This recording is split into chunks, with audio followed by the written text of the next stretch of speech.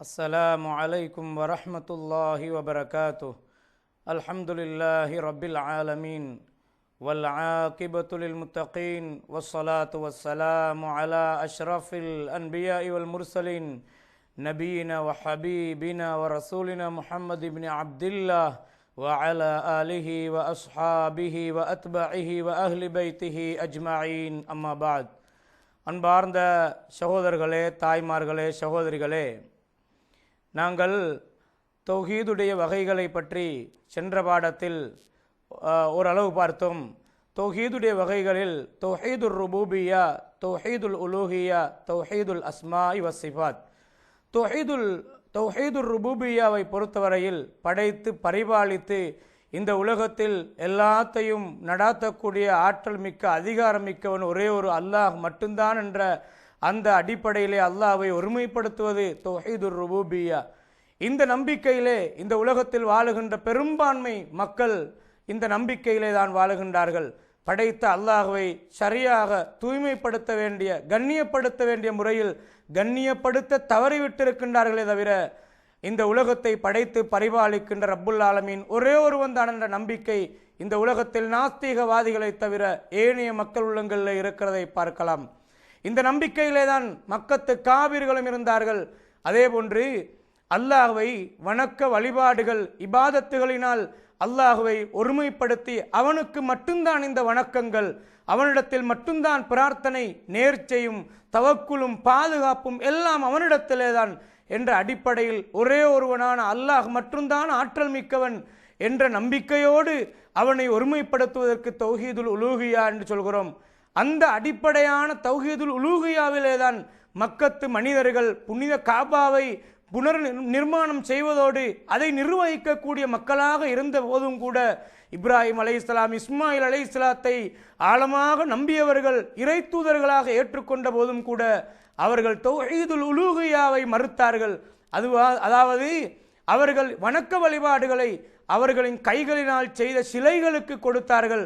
அதற்குரிய காரணத்தை கேட்ட நேரத்தில் மனஅபுதுஹும் இல்லா லியுகர்ரிபூனா இலல்லாஹி ஸுல்ஃபா, இவர்களிடத்திலே நாங்கள் எங்களுடைய காரியங்களை ஒப்படைத்து இவர்களுக்கு வணக்கம் வழிபாடுகளை இவர்களுக்கு செய்தால் இவர்கள் அல்லாஹ்விடத்தில் எங்களை நெருக்கமாக்குவார்கள், அப்போது அல்லாஹ்விடத்திலே மகத்தான பாக்கியங்களை பெற்றுக்கொள்ளலாம் என்ற நம்பிக்கை அவர்களின் உள்ளங்களிலே வளர்க்கப்பட்டது.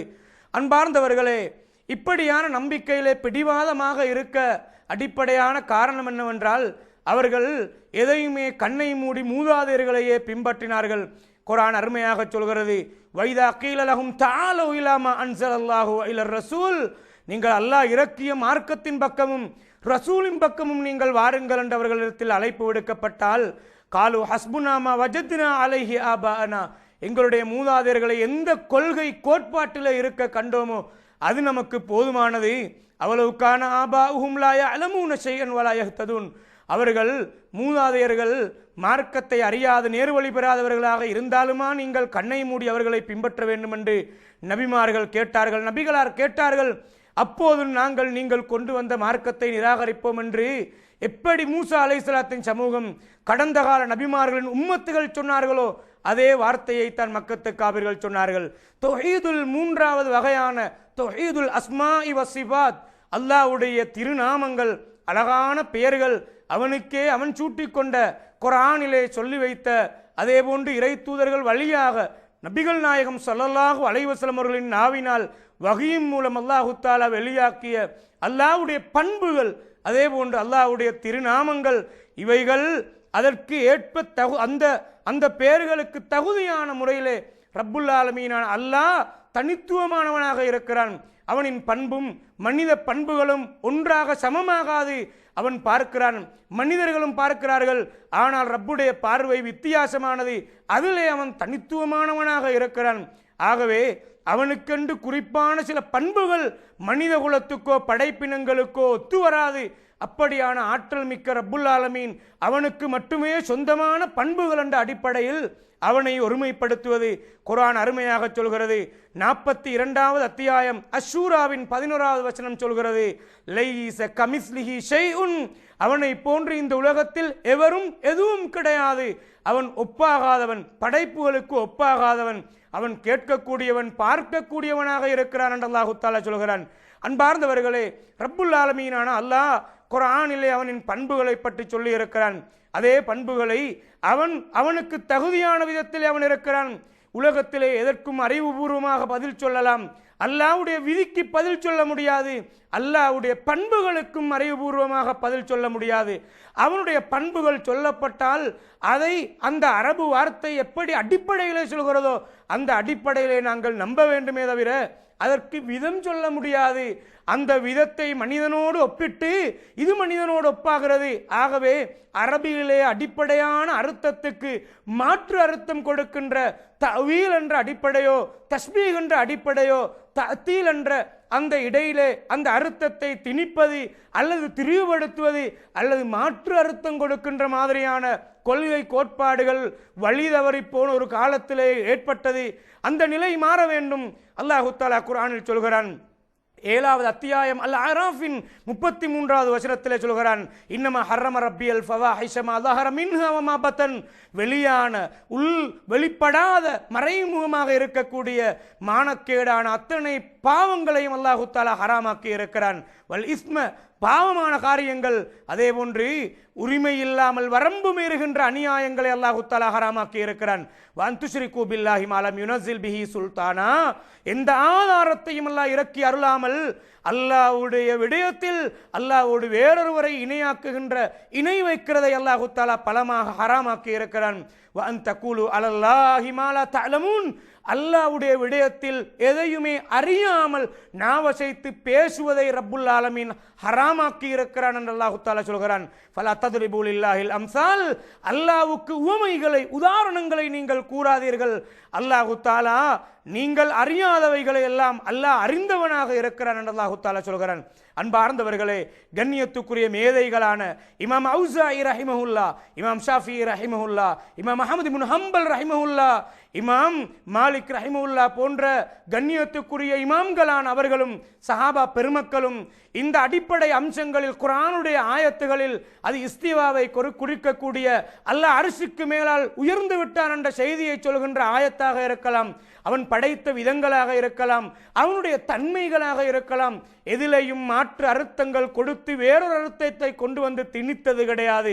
சொன்னார்கள் இமாம் அவுஸாஇ ரஹிமஹுல்லா, குன்னா வத்தாபிஊன முத்தவாஃபிருன், நாங்களும் தாபியீன்களும் ஒருமித்த கருத்திலே தான் நாங்கள் இருக்கிறோம்.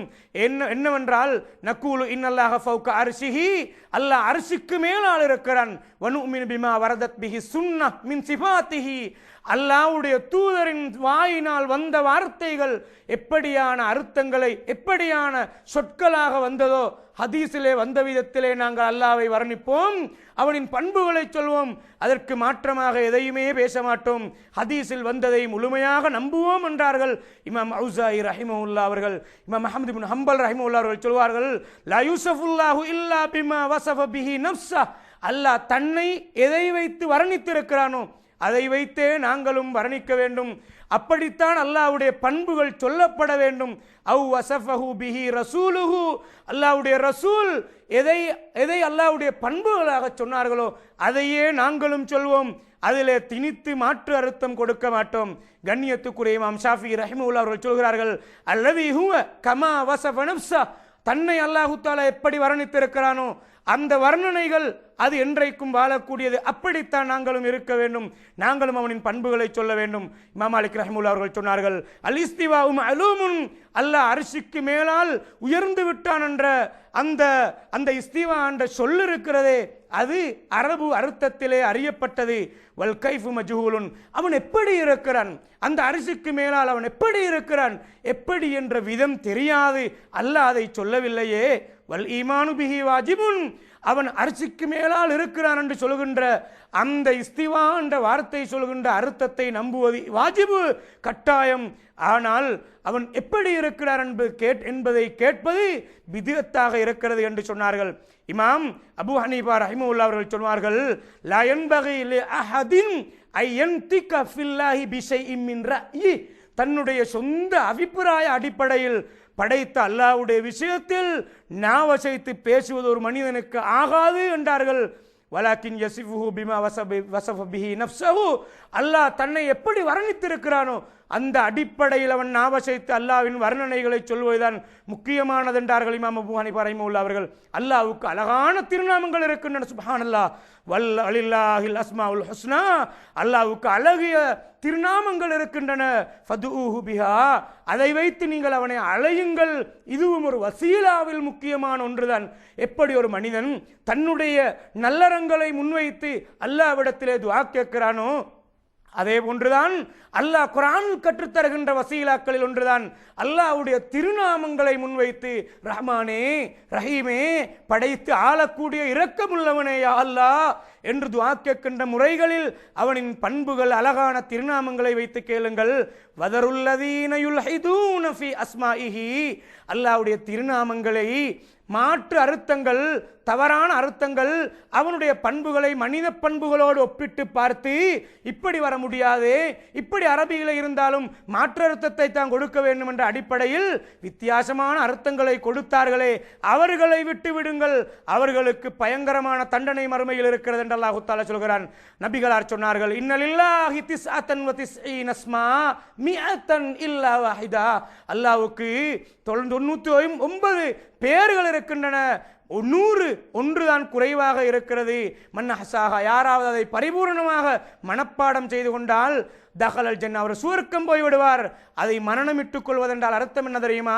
அதை மரணமிட்டு அதன் அர்த்தங்களை விளங்கி அதை வைத்து அல்லாஹ்விடத்தில் துஆ கேட்டு அல்லாஹ்வை நெருங்கிக் கொள்வான் என்றால், அல்லாஹ்வுக்கிடத்தில் நெருக்கத்தை பெற்றுக் கொண்டான் என்றால், அதனால் அல்லாஹ் தஆலா அவனுக்கு சுவர்க்கத்தை கொடுக்கிறான் என்பது அர்த்தம்.